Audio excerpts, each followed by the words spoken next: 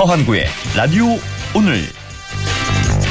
여러분 안녕하십니까, 허환구입니다. 식목일이었던 어제 오후 봉화에서 산불이 발생해 큰 피해를 남겼습니다. 산불은 17시간 30분 만인 오늘 오전 7시에 진화가 완료됐습니다. 축구장 170개에 달하는 산림 120헥타르가 불에 탔고 주택 한 동과 창고 2동도 전소가 됐는데요. 다행히 인명피해는 없었습니다. 이번 산불의 원인은 주택의 화목 보일러에서 타다 남은 재를 비우는 과정에서 발생한 것으로 추정되고 있습니다. 하필이면 식목일에 산불이 나서 큰 피해를 남겨 더욱 안타까운데요. 식목일이었던 어제는 봉화뿐만이 아니라 김천, 경기도 안산, 시흥, 용인, 인천 등등 전국 곳곳에서 산불이 발생했습니다. 건조한 날씨에 바람마저 강하게 불어 작은 불씨도 순식간에 큰 불로 번지는 경우가 많습니다. 불씨 관리에 더욱 세심한 주의를 기울여야겠습니다. 4월 6일 수요일 라디오 오늘 광고 듣고 시작합니다.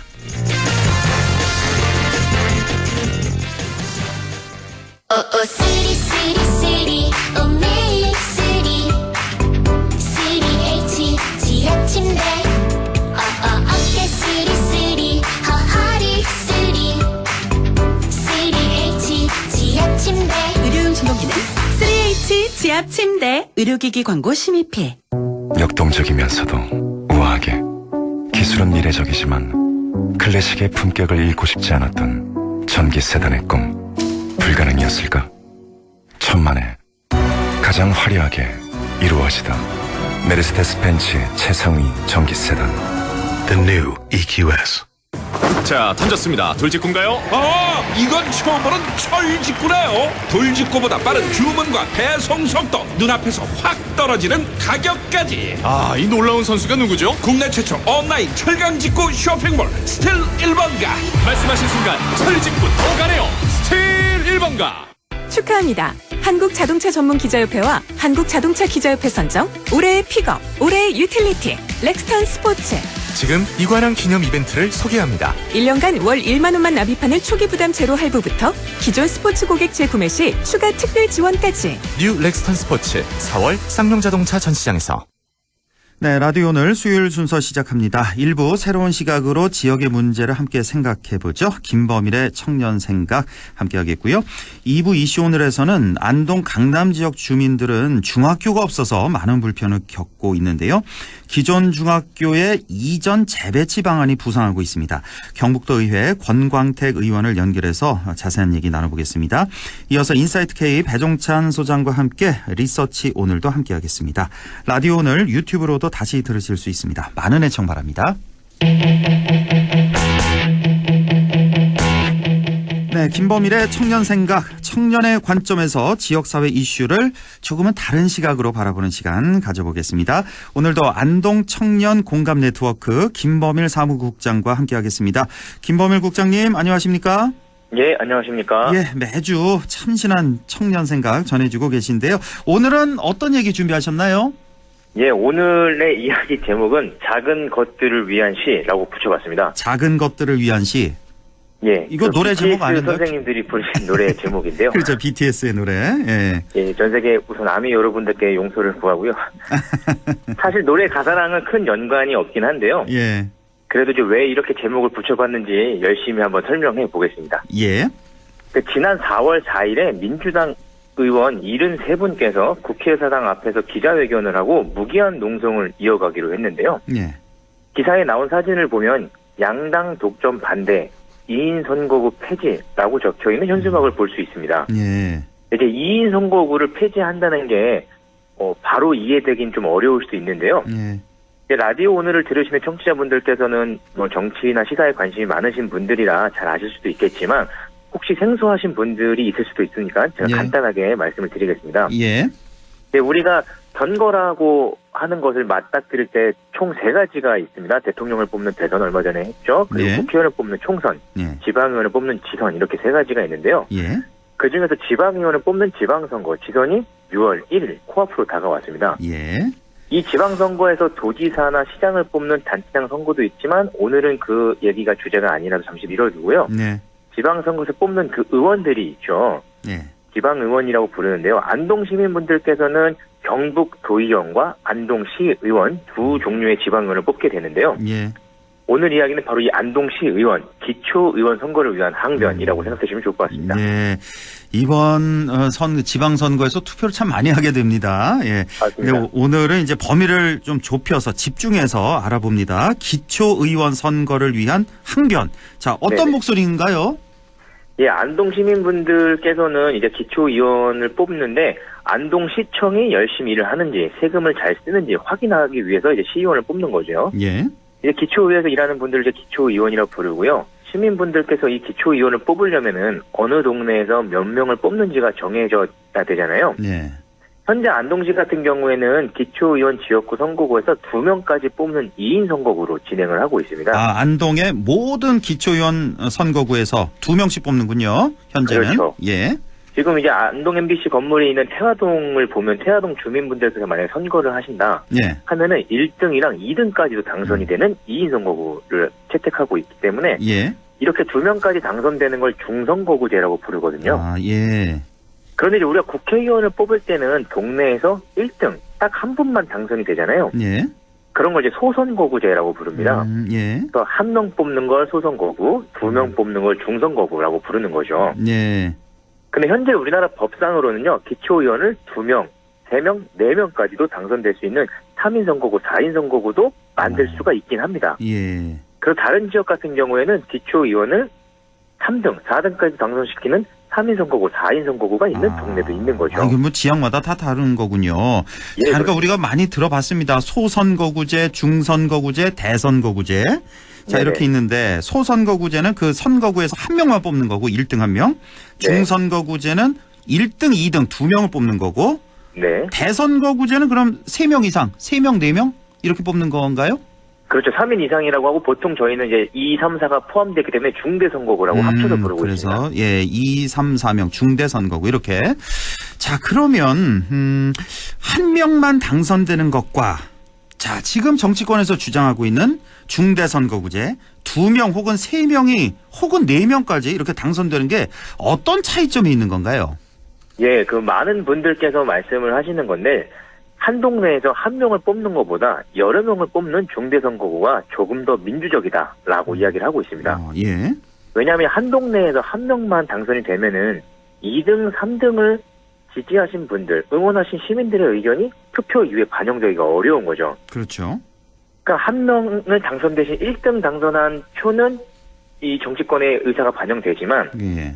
2, 3등에 지지하신 시민분들의 의견은 반영되기 어려워서 우리가 보통 낙선한 사람을 찍은 표를 사표라고 부르지 않습니까? 사표. 죽은 표라고 해서. 예. 그래서 이제 사표가 되기 쉽고 그래서 동네를 이제 확장시켜서 2명이나 3명까지 당선이 되면은 다양한 사람들의 의견이 반영된 의회를 구성할 수 있게 되는 거죠. 예. 그래서 정치 선진국일수록 소선거구제를 채택하기보다는 중대선거구제도처럼 다양한 분들의 정치적 목소리가 반영될 수 있는 제도들을 가지고 있습니다. 아, 실제로 그렇습니까? 정치 선진국에선 소선거구제 그렇죠. 한 명만 뽑는 선거구보다는 중대선거구를 채택하고 있다. 이제 뭐 중대선거구제 말고도 뭐 비례대표제를 확장시킨다던가 등의 여러 가지 제도를 구비하고 있고 예. 사실 국회의원 선거보다도 기초의원 선거가 중대선거구를 갖고 있기 때문에 조금 더 민주적이다라고 볼 수 있는 거죠. 그렇군요. 예. 그래서 이번에 국회에서 논의되는 내용은 이제 기초의원 선거구 제도를 법에 바꾸자라고 있는 그 의견을 가지고 공방을 벌이고 있는 건데요. 예. 그 개정안을 보면은 현재는 2인, 3인, 4인까지 이렇게 선거구를 만들 수 있는데 2인 선거구제를 다 없애고 무조건 3인 이상, 3인, 4인 선거구로만 가능하게 만들자라는 거거든요. 무조건 예, 예. 3명 혹은 4명 뽑는 선거구 이렇게 바꾸자고요. 맞습니다. 이렇게 예. 바뀌게 되면은 더불어민주당과 국민의힘 두 거대 양당이 아닌 다른 소수정당 후보들이 의회에 들어가야 유리해지거든요. 예, 예. 즉 지방의회에서 다당제가 실현될 가능성이 높게 바뀌는 겁니다. 예. 그리고 4인 선거구를 2인 선거구로 쪼개는 것도 방지할 수가 있는데요. 사실 예전에 4명까지 당선되는 4인 선거구를 양당에 유리하게 2인 선거구로 쪼갠 역사가 있어요. 아, 예. 아무래도 2명까지만 당선이 되면 시민분들께서 익숙한 두 양당 후보를 찍어주게 되거든요. 예, 예. 그래서 이 2인 선거구로 쪼개는 과정에서 이제 반대하는 뭐 시위도 있었는데 이런 것들을 방지하게 됩니다. 어쨌든 이번 자, 이번 시위의 핵심은 그러니까 무조건 3명 혹은 4명 선거구만 가능하게 하는 중대선거구제로 바꾸겠다 이건데요. 근데 여기에 핵심이 또 바꾸는 게 중요한 게 아니라 한 당에서 공천을 현재는 뭐 무제한으로 할 수 있는 거죠. 근데 이걸 한 당에서 한 명만 공천하도록 하는 게 이게 정말 핵심 아닙니까? 그게 이제 뭐 당론마다 조금씩 다르긴 한데 뭐 1인으로 제한해야 된다, 뭐 2인으로 제한해야 된다라는 그러니까요. 얘기도 있는데 맞습니다. 이제 사실 중대선거구로 바뀌었을 때 2인 3일까지 공천을 하게 되면은 그러니까요. 아까 제가 설명드렸던 다당제를 실현하기에는 또 방해하는 요소가 될 수도 있거든요. 그러니까 뭐 4명이 당선이 된다 그래도 거대 양당에서 뭐 2명, 3명씩 공천을 해버리면 또 마찬가지가 되는 거 아니겠습니까? 그렇죠? 그럴 가능성도 생기게 됩니다. 그러니까요. 예, 어쨌든 그건 또 이제 2발짝 앞서가는 거니까 일단은 한 발짝만 내딛자 이거죠. 그러니까 자, 정치 선진국일수록 중대선거구제를 채택하고 있다는 말씀. 그만큼 장점이 많다는 건데 그러면 이 법이 빨리 개정되면 좋은 거 아니겠습니까? 맞습니다. 빨리 개정되면 좋은 거고요.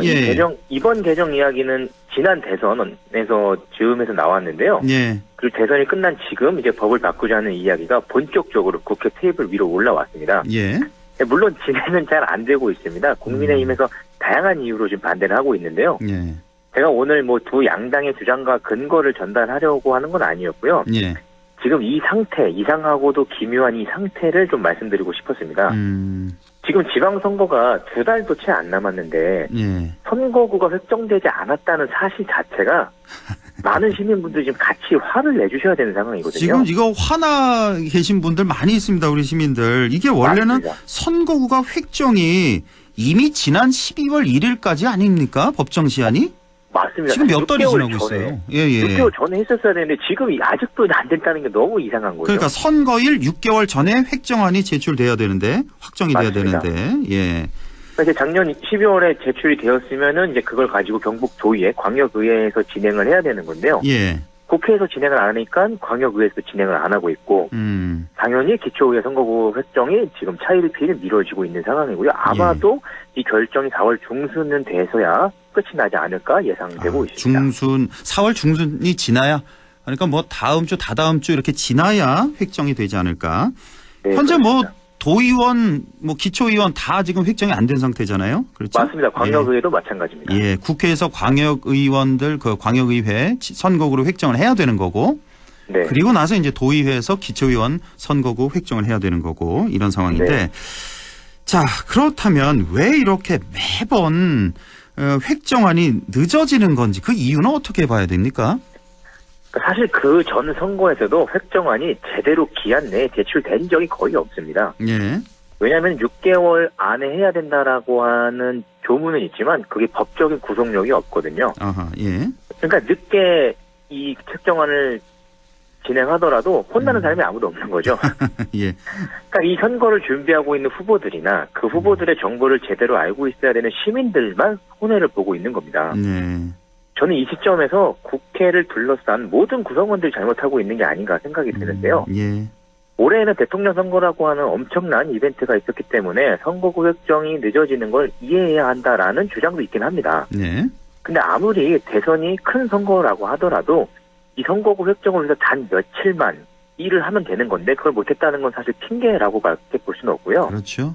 왜냐하면 이 중대선거구 논의가 하루 이틀 된 논의가 아니거든요. 이미 10수년 전부터 정말 여러 단위에서 논의가 있었고 국회에서도 여러 번 토론을 했던 얘기고요. 개정안, 획정안이 정말 많이 나와 있는 상태입니다.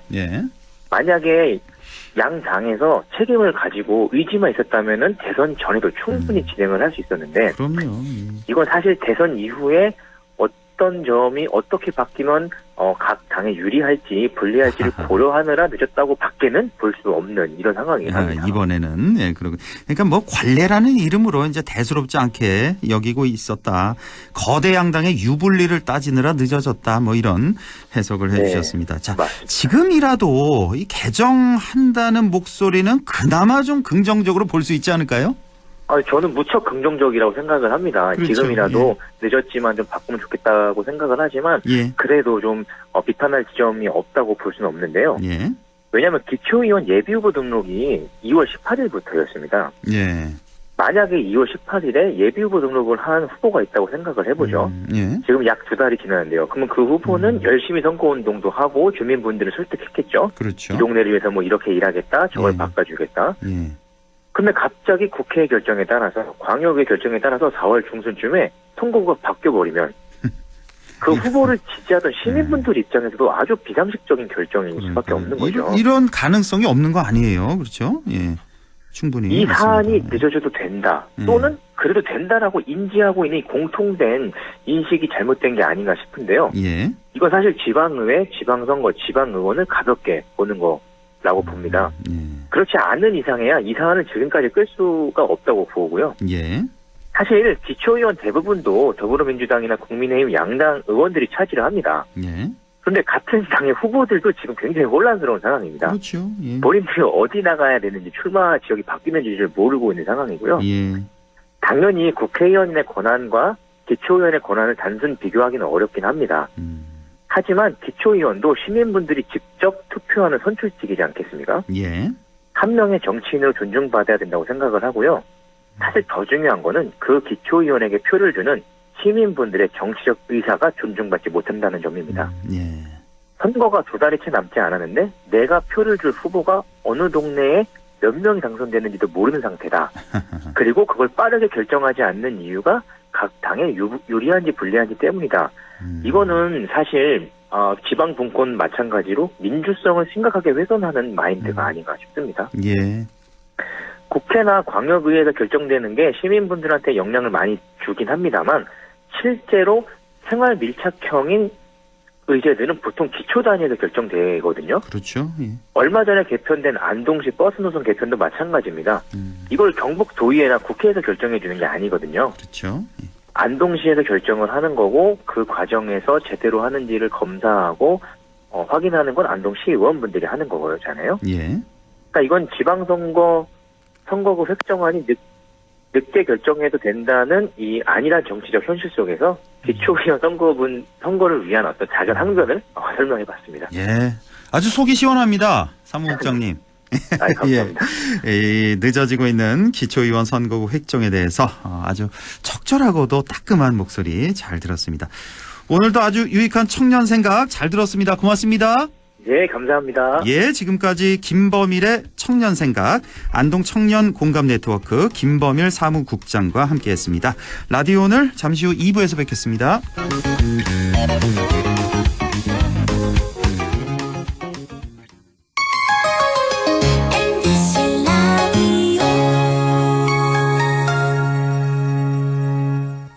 가구 살 땐 꼭 한번 가보자. 안동 명품 가구 백화점. 흑표 흑침대, 양성국 갤러리, 금성침대, 한국 가죽 소파, 장수돌 침대. 다양한 브랜드 가구를 한 곳에서 쇼핑할 수 있는 대형 가구 전시장. 안동 명품 가구 백화점. 예, 며느라. 밥 했어? 설거지 했어? 쓰레기 버렸어? 청소했어? 빨래했어? 개밥 줬어? 아들 낳았어? 딸 낳았어? 아무것도 안 하고 싶다. 이미 아무것도 안 하고 있지만 더 격렬하게 아무것도 안 하고 싶다. 지금은 그냥 라디오만 듣고 싶다. MBC 라디오. MBC 라디오. 라디오 청취자 10명 중 4명이 듣는 방송. 국가대표 라디오 MBC 라디오. 이거 마스크 끈이 끊어졌네. 어떡하지? 이거 쓰실래요? 새 건데. 감사합니다. 모르는 사이지만 서로 배려하고 유모차. 계단 위험해요. 아이고 고맙습니다. 문화는 다르지만 서로 도움 주고 여기 착한 빵집 돈 찔러러 왔어요. 진짜요? 너무 감사해요. 방식은 다르지만 함께 응원하고 사진 보낼 땐 이걸 누르시고 찬송. 이제 알겠네. 고마워요. 세대는 다르지만 소통을 이어가는 우리. 존중과 배려가 우리를 하나로 이어줍니다. 공익광고협의회. 마음을 열어줘. 다가가 나 속삭이도록. 언제나 내 생각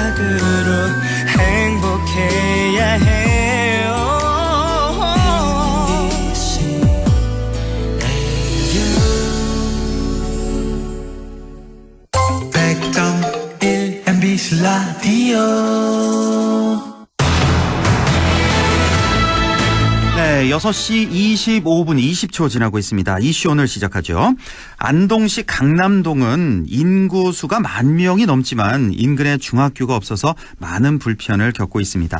학교 신설은 단일 학군 문제로 쉽지가 않은 상황인데요. 최근 들어 정부의 그린 스마트 스쿨 사업을 통한 기존 학교의 이전 재배치 방안이 강력하게 부상하고 있습니다. 최근 도정지를 통해서 이 문제를 지적했는데요. 경상북도 의회 권광택 의원 만나보겠습니다. 권 의원님 안녕하십니까? 예, 안녕하십니까. 권광택입니다. 예, 지금 제가 설명을 해드렸는데 이번에 도정지를 하셨네요. 안동 지역 중학교 이전 재배치 추진 계획에 대해서 물으셨는데 자, 어떤 내용의 질문이었습니까? 예, 안동 지역 중학교는 7곳으로 모두 강북 지역에 집중되어 있고 강남 지역은 한 곳도 없습니다. 예. 그동안 안동은 강남동과 옥동지구 택지 개발 사업 등으로 도시 지형에 많은 변화가 있었습니다. 예. 이러한 변화하는 지역 발전에 궁극적으로 효과를 가져오지만 한편으론 교육 환경 불균형에 대해 오랜 기간 지역 주민들께서는 어려움을 호소하셨습니다. 예. 안동 시내 1만 명이 넘는 주거 지역이지만 강남동 학생들은 상대적으로 어려운 교육 여건 속에서 학교 생활을 해야만 했습니다. 지역민께서 지속적으로 요청하신 강남동 중학교 신설은 교육부 법령상 세대수 부족과 학력 인구 감소로 인해 어렵지만 본 의원은 지난 도정 질문 통해 그린 스마트 스쿨 사업과 연계하여 노후로 개축할 강북 지역 중학교를 강남 지역으로 이전 재배치하는 대안을 제시하였습니다. 예, 그동안에 제가 사실은 여기 강남동에 살고 있어서 잘 아는데 이 문제를. 사실 강남동의 새로운 중학교 신설은 사실상 좀 어렵다. 그러니까 뭐 세대수가 부족하고 학령 인구가 감소하는 이런 추세이기 때문에 신설은 어렵지만 그 강북 지역에 있는 중학교, 기존 중학교를 개축할 학교가 만약에 있다면 이쪽으로 옮겨온다는 말이죠. 그 학교를 강남 쪽으로. 이런 대안이 제시가 되고 있는데 자, 강북에 있는 기존 학교를 강남으로 재배치하는 것 그거는 가능할 수도 있다. 이런 말씀이세요? 예, 맞습니다. 그럼 설명을 좀 해주시죠. 예, 그렇습니다. 안동의 지속 가능한 발전은 교육 불균형 해소로부터 시작된다고 생각합니다. 본 의원은 그린 스마트 스쿨 사업으로 중학교를 이전 재배치하는 사안에 대하여 여러 차례 심도 있게 검토하여 도정 질의를 통해 제안하였습니다. 먼저 2020년도 말 도교육청에서 교육부에 노후된 강북 지역의 중학교를 강남 지역으로 이전 재배치하는 것에 대해 건의한 결과 개축되는 학교의 경우에 그 장소에 관해서는 특별히 제한을 두고 있지 않다는 답변을 받았고 지난해 본 의원이 대표로 활동하는 경북도의 교육환경개선연구회와 사단법인 도시정책경영연구원이 함께 추진한 도청 신도시 및 안동시 교육환경 불균형 해소 방안에 관한 연구 용역을 통해서도 중학교를 강남동으로 이전하는 것이 교육 불균형 해소를 위해 필요하다는 전문가적인 결론이 제시되었습니다. 그래요? 이처럼 해당 사안의 문제를 현실적으로 해결하기 위해 본 의원은 오랜 시간을 투입해 행정적 절차를 추진할 수 있는 근거를 마련했습니다. 그렇군요. 그러니까 개축되는 학교의 경우에 그러니까 장소에 관해서는 특별히 제한을 두고 있지 않다. 그냥 기존에 그 장소에 개축해도 되고 다른 지역으로 이전해서 개축해도 되고 이런 상황인 겁니다. 위치를 변경해도 가능하다는 답변입니다. 그렇습니다. 자, 그린 스마트 스쿨 사업이라는 말씀을 해주셨는데 이건 뭐 잘 모르시는 분들 많이 계실 것 같아서요. 이 그린 스마트 스쿨 사업이 뭔지 좀 설명해 주시죠.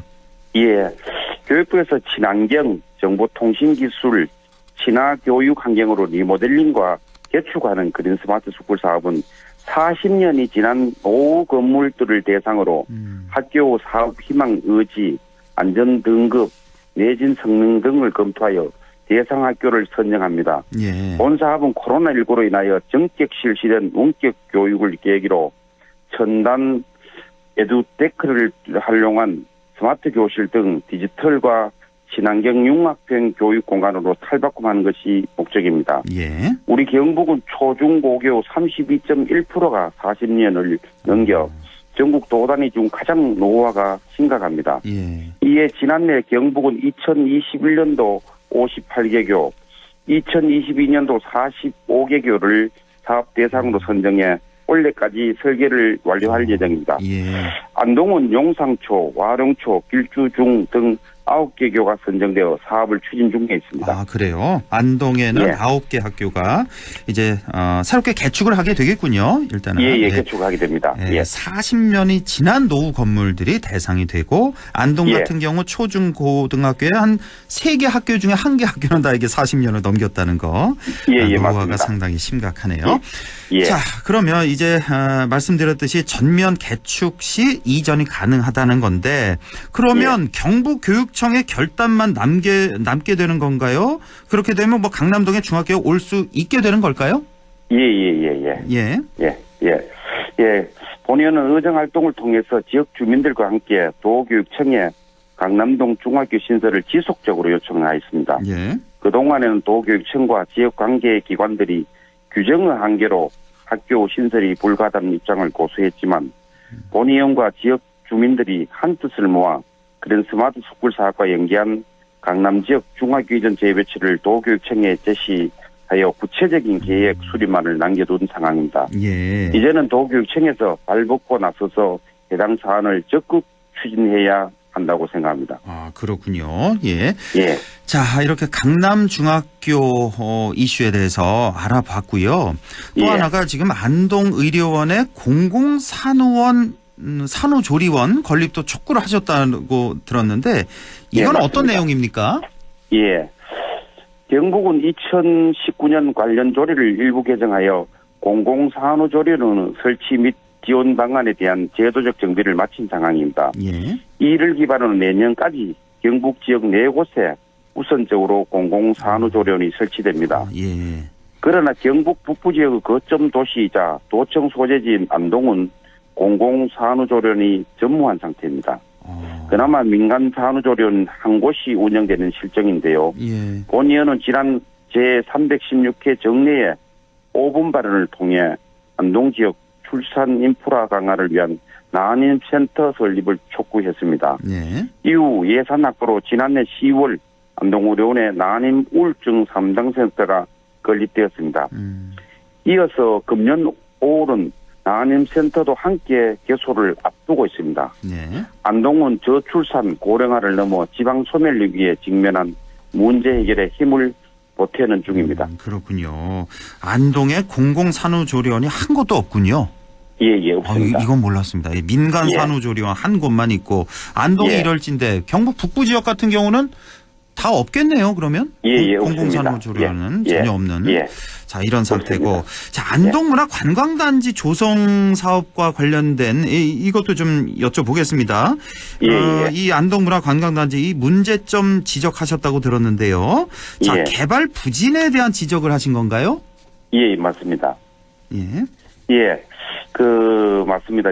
안동문화관광단지 조성은 2002년도 시작되었습니다. 2025년도까지 사업 기간을 연장하면서 총 사업비 5,680억 원을 투입했지만 전체 개발 진도율은 47.7%에 불과합니다. 민간 투자 유치도 계획 대비 23%인 697억 원에 그쳤습니다. 경북문화관광공사는 단지 활성화를 위해 워터파크 등 민간기업의 분양을 추진했습니다만 그마저도 이렇다 할 성과가 없는 상황입니다. 아 그렇습니까? 자, 이 지지부진한 안동문화 관광단지 조성 사업인데 자 그렇다면 앞으로 어떤 대책이 필요할까요? 현재 민간 투자 유치의 진행 상황이 더딘 만큼 경북문화관광공사가 직접 미분양 부지를 활용하여 관광단지를 활성화하거나 조건부 무상 임대하는 등 적극적인 대책 수립이 매우 시급합니다.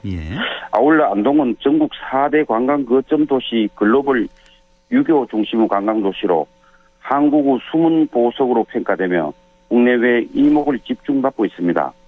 관광객 1천만 시대를 맞이하여 먼저 도상권 세계 유교 선비문화공원과 한국문화 테마파크 조성 전체 사업부지 중 보전 산지를 해제하여 사업 추진의 원활함을 확보해야 합니다. 가장 중요한 것은 대통령 당선인인 공약사항이기도 한 안동호, 임하호 수변자원 관광산업화와 연계하여 안동호 밴드마크로 조성 추진할 계획이었지만 여러 문제로 무산된 보영 현수교 건립의 재추진이 필요하다고 생각합니다. 우리 지역민이 모두가 하나가 되어 지역 발전에 대한 정책 추진에 함께해 주실 것을 부탁에 말씀드립니다. 예, 알겠습니다. 이렇게 해서 안동 강남중학교 문제, 또 공공산후조리원 문제, 안동문화 관광단지 사업, 이 지지부진한 사업까지 알아봤습니다. 자, 우리 지역 주민들이 좀 많이 궁금해하실 것 같아서요. 이번에 그 지방선거 출마하시는 거죠, 의원님? 예, 이번에 출마합니다. 그렇죠. 예. 근데 아직 그 선거구가 획정이 안 된 상태? 예, 아직은 확정은 안 됐는데 도의원, 광역의원 선거구는 뭐 바뀌지는 않을 것 같습니다. 아, 그대로 갈 것 같고. 예. 저는 제2 선거구에 이렇게 출마할 계획을 갖고 있습니다. 아, 그래요? 예. 자, 얼른 그 도의회 선거구가 획정이 되면 이제 도의회에서 기초의원 선거구를 획정하잖아요. 예. 하루라도 빨리 좀 선정하셔야 될 것 같은데, 획정을 하셔야 될 것 같은데요. 조금 전에도 청년 생각 시간에 그 얘기를 한참 했었는데 지금 뭐 미리 준비를 하고 있습니까? 도의회에서 선거구 획정에 대해서? 미리 이제 정부에서 그 중앙에서 국회에서 결정이 되면은 막바로 저희들은 이제 의회에서 따라서 이제 원포인트로 해갖고 이제 의회를 열 계획을 갖고 있습니다. 지금 저 예상이 어떻게 됩니까? 뭐 중대선거구제로 바뀔 것 같습니까? 바뀌기는 쉽지 않을 것 같습니다. 지금 현재 분위기 상황으로는. 같아서 그냥 기존 그대로 소선거구제로 준비를 하고 계시겠네요. 기존 그대로 이제 가지 않겠나 싶습니다. 그래요. 그래도 혹시 모르니까 중대선거구제도 좀 대비를 해서 준비를 하셔야 하루라도 빨리 통과될 것 같아서요. 예, 알겠습니다. 예, 알겠습니다. 자, 오늘 말씀 잘 들었습니다. 고맙습니다. 예, 감사합니다. 지금까지 경북도의회 권광택 의원이었습니다. 라디오 오늘에서는 청취자 여러분의 참여를 기다리고 있습니다. 우리 지역에서 발생한 사건 사고 소식이나 함께 토론하고 싶은 내용을 안동 MBC 홈페이지 라디오 오늘 게시판에 올려주시기 바랍니다. 전화와 문자 참여도 하실 수 있습니다. 전화는 851국에 7191번, 문자는 샵 0913번으로 보내주시면 됩니다. 문자는 단문 50원, 장문 100원의 정보 이용료가 있습니다. 여러분의 많은 참여 바랍니다.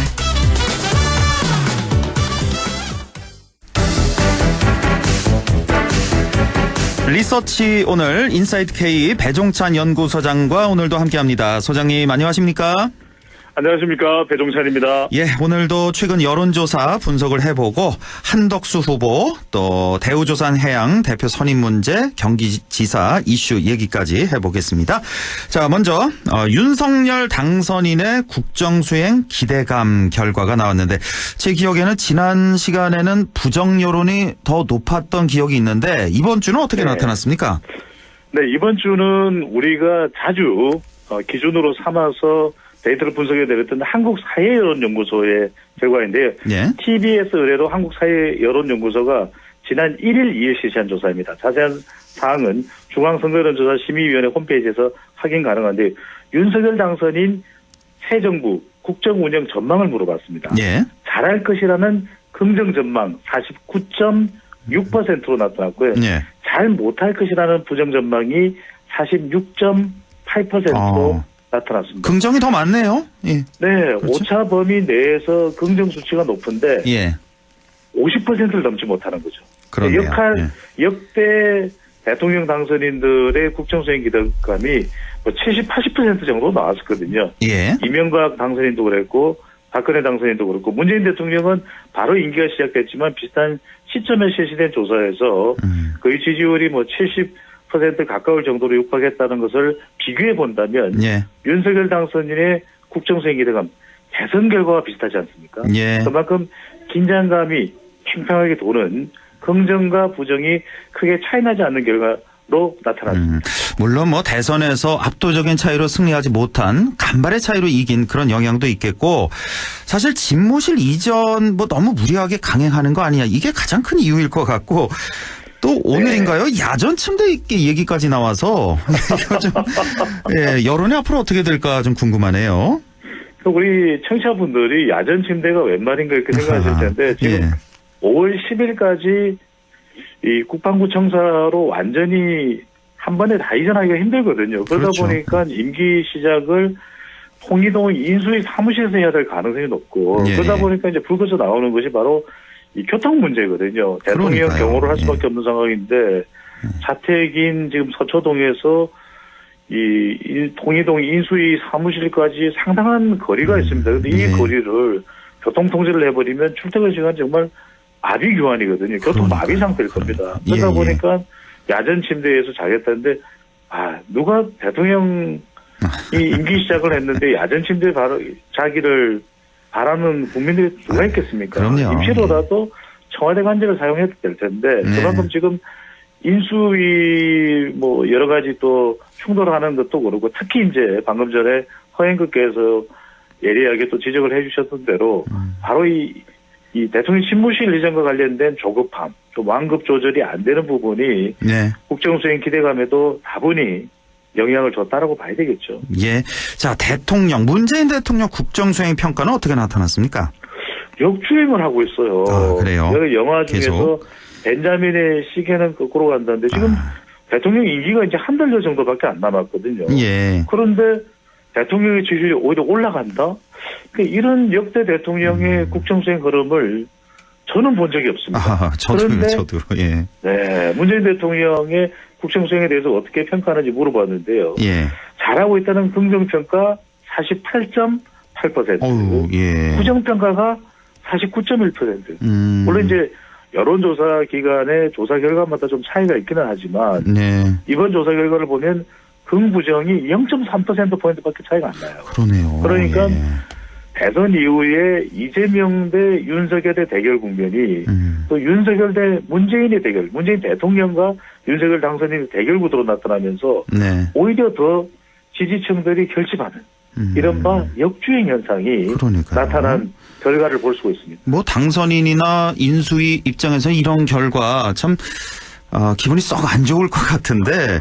부담스럽죠. 뭐 부담스럽고 이건 뭐 지금 분석을 해봐야 되잖아요. 예. 네네. 지방선거 앞두고 뭐 이재명 고문이든 또 더불어민주당 소속의 출마자들은 후보자들은 또 대통령 마케팅을 또 할 수밖에 없거든요. 지지율이 높으니까. 그렇게 되면 또 윤석열 대통령의 임기가 이제 5월 10일부터 시작되면 상당히 지방선거 국면에서 부담스러울 수 있는 대목이 그렇습니다. 참 이 지지율 역주행 이거 뭐 전례도 없고 뭐 사실은 이게 바람직한 것도 아닙니다. 그리고 상식적이지도 않은 이런 현상이 벌써 몇 주째 계속되고 있습니다. 뭐 허행급께서도 아실 텐데 브레이크 걸세 롤린 이 뭐 역주행은 기억이 나는데 대통령의 역주행 참 이건 뜻밖의 의외에 정말 처음 봅니다. 이거.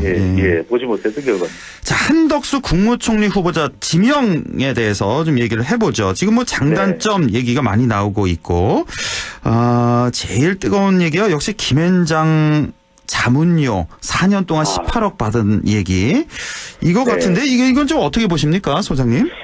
이 부분이 인사청문 과정에서 가장 크게 한덕수 총리 후보자에게는 위협이 되는 부분으로 보이는데 그런 이유가 경력을 봐도 화려하고 또 그동안의 관료로서의 생활도 안정적이고 무난해 보이거든요. 그래서 파격적인 인사는 아니지만 뭐 연령대는 좀 높지만 그래도 뭐 나이는 숫자에 불과한 것이니까 상당히 안정적이고 또 무난한 인사다. 이렇게 이제 평가를 받고 있거든요. 게다가 이제 전북 전주 출신이기 때문에 통합 인사다라고라는 평가까지 나오고 있는데 그래서 노무현 정부 때 국무총리를 맡았었지 않습니까? 그렇습니다. 그러다 보니까 인준에는 큰 문제가 없을 것이다. 이렇게 평가를 받았는데 이제 관료에서 물러나고 난 이후에 이 김앤장 대한민국 최대의 로펌입니다. 여기에 또 상당한 출신들이 많아요. 그러다 보니까 이번 정부에서 김앤장이 상당히 입김이 강해지는 거 아니냐 이런 이야기가 나오던 차에 한덕수 전 국무총리의 인사청문은 또 총리 후보자에 대해서는 더불어민주당은 순순히 청문 검증을 할 수는 없다. 벼르고 있다는데 지금 4년 한 4개월 동안에 재직하던 기간에 18억이거든요. 네, 이거 진짜 우리가 무슨 제 월급을 공개할 수도 없고 제 연봉을 공개할 수도 없고 정말 하루 종일 악착같이 우리 소상공인 또 자영업자 이제 정세의 문제죠. 그만큼 김앤장에서는 한덕수라는 이름값이 되기 때문에 그만한 금액을 지불했겠지만 한덕수 총리 후보자는 그런 이야기를 했죠. 론스타와 나는 아무 상관도 없다. 예, 론스타 얘기도 나오고 있어요. 예. 모를 일인 거예요. 왜냐하면 김현장 차원에서 우리 로펌에는 한덕수 전 국무총리도 있다. 이 주미 대사도 역임했던 인물이다. 이런 것 자체도 영향을 안 줄까? 이렇게 또 국민들은 생각할 수도 있기 때문에 인사청문 과정에서 저는 가장 큰 위협이 한 후보자에게는 바로 이 김현장 고액 수임료가 될 가능성, 자문료, 고문료가 될 가능성이 높아 보입니다. 예, 이 한덕수 후보자의 어떤 장단점 조목조목 설명을 해주셨는데 역시 그 론스타에 어떤 도움을 준 거 아니냐 이런 의혹도 지금 제기가 되고 있고 사실은 한덕수 후보 같은 경우는 뭐 검사 출신도 아니고 판사 출신도 아닌데 그 로펌 가서 10분 양보해서 18억 받는 건 좋다 이거예요. 뭐 이름값이 있으니까. 근데 과연 법률가 출신도 아닌데 그 로펌에서 무슨 역할을 해서 이렇게 자문료를 이렇게 많이 받았을까 이런 의문이 계속되고 있는 것 같습니다. 그런데 이름값이에요. 그래서 김현장에서는 그만한 최대 로펌이기 때문에 목적이 있겠죠. 그래서 보면 전직 장차관 출신들이 수두룩해요. 그렇죠. 예. 그래서 그런 것들이 물론 이제 로펌의 경쟁력이겠죠. 그만한 이름값을 할 수 있는 사람이 와 있는데 저는 아쉬운 건 그래요. 그동안 그 화려한 100명이 다른 사람 100명이 해도 못할 일을 한덕수 총리 후보자는 역임을 했었는데 경력을 가지고 있는데 좀 본인의 이제 인생을 마무리하고 좀 정리하는 시점에서는 이 7막 8장 시점에서는 좀 사회 기여하고 공헌하는 활동을 했더라면 어땠을까 싶어요. 그렇죠. 예. 자, 대우조선 해양 대표 선임 논란에 대한 국민 여론도 좀 볼 텐데 이 신임 대표가 이제 문 대통령 동생의 동창이다 이렇게 공격을 하고 있고 또 반대편에서는 36년이나 근무한 뭐 상무 전무 부사장 다 거친 될 만한 사람이다. 뭐 노조에서도 찬성하고 있다. 이렇게 지금 대립을 하고 있네요. 예. 근데 여기서 핵심은 그거 같아요. 하이드께서 잘 아시겠지만 그러면 대통령이 개입했다는 근거가 뭐냐. 근거. 그러니까 문재인 대통령 동생의 한국 해양대 그럼 해양대 출신이면 다 영향을 받겠네요. 그러니까 이거는 저는 차분하게 정치 공방을 할 것이 아니라 인수위에서 문제를 지적하고 싶다면 문재인 대통령이나 또는 문재인 대통령의 동생이나 또는 한국 산업은행, KDB 산업은행이죠. KDB 산업은행이 어떤 식으로 개입을 했는지 근거나 제보를 가지고서 이야기를 하는 게 맞을 거예요. 이렇게 되면 정말 우리 대한민국은 한 다리 두 다리 건너면 다 친인척 아닙니까? 그렇습니다. 근데 그렇게 생각하면은 다 그러면 인수위의 출신 인사들은 다 뭐 관련이 없냐 이렇게 묻기 시작하면 한도 끝도 없습니다. 다 서울대 동창 아니냐. 서울대 동창들이니까. 우리 공부 잘해서 서울대 들어와서 이렇게 또 걷잡을 수 없는 상황이 벌어지거든요. 저는 이걸 제기하지 말라는 이야기는 아닙니다. 그런데 국민 여론도 마찬가지로 지금 관련된 조사에서 대우조선해양 사장 선임에 대한 여론을 보면 알박기 인사라는 의견이 42.7%, 알박기가 아니다가 38.5%로 오차 범위 내에서 평균이 맞는데 왜 이런 결과가 나왔을까? 정치 공방하기 때문입니다. 그러니까 대통령의 동생과 동창이다 이런 순간 우리 국민들은 의심할 수밖에 없어요. 그렇죠. 근데 이제 이런 것들을 언론사나 정치권에서 조장할 이유는 없는 거죠. 그런 근거가 있다. 또 그것이 실제로 그렇게 된 일이다. 그런 정황이 아주 뚜렷하다. 그건 문제가 있겠죠. 그렇죠. 하지만 단순히 가장 큰 이유가 문재인 대통령의 동생과 동창이다. 이렇게 되면 정말 회사를 위해서 성과를 내왔던 사람들은 뭐가 되겠습니까? 그렇죠. 그 사람들은 정말 망연자실할 수밖에 없거든요. 저는 그래서 이걸 어느 한쪽에 시도했으면 볼 것이 아니라 중요한 것은 근거가 뭐냐. 그래서 개입했다는데 개입했다는 정황이 뭐냐. 이걸 가지고서 이야기를 하는 것이 바람직할 것으로 보입니다. 얼마 전에 김정숙 여사 의상 논란도 그렇고 이번 대우조선 해양 논란도 그렇고 근거가 좀 부족하다. 의혹 제기하려면 확실한 근거를 갖고 제기해야 된다. 그러니까 이런 사소한 문제 하나하나가 다 이제 겹쳐져 가지고 이제 여론조사 결과로 나오는 것 같습니다.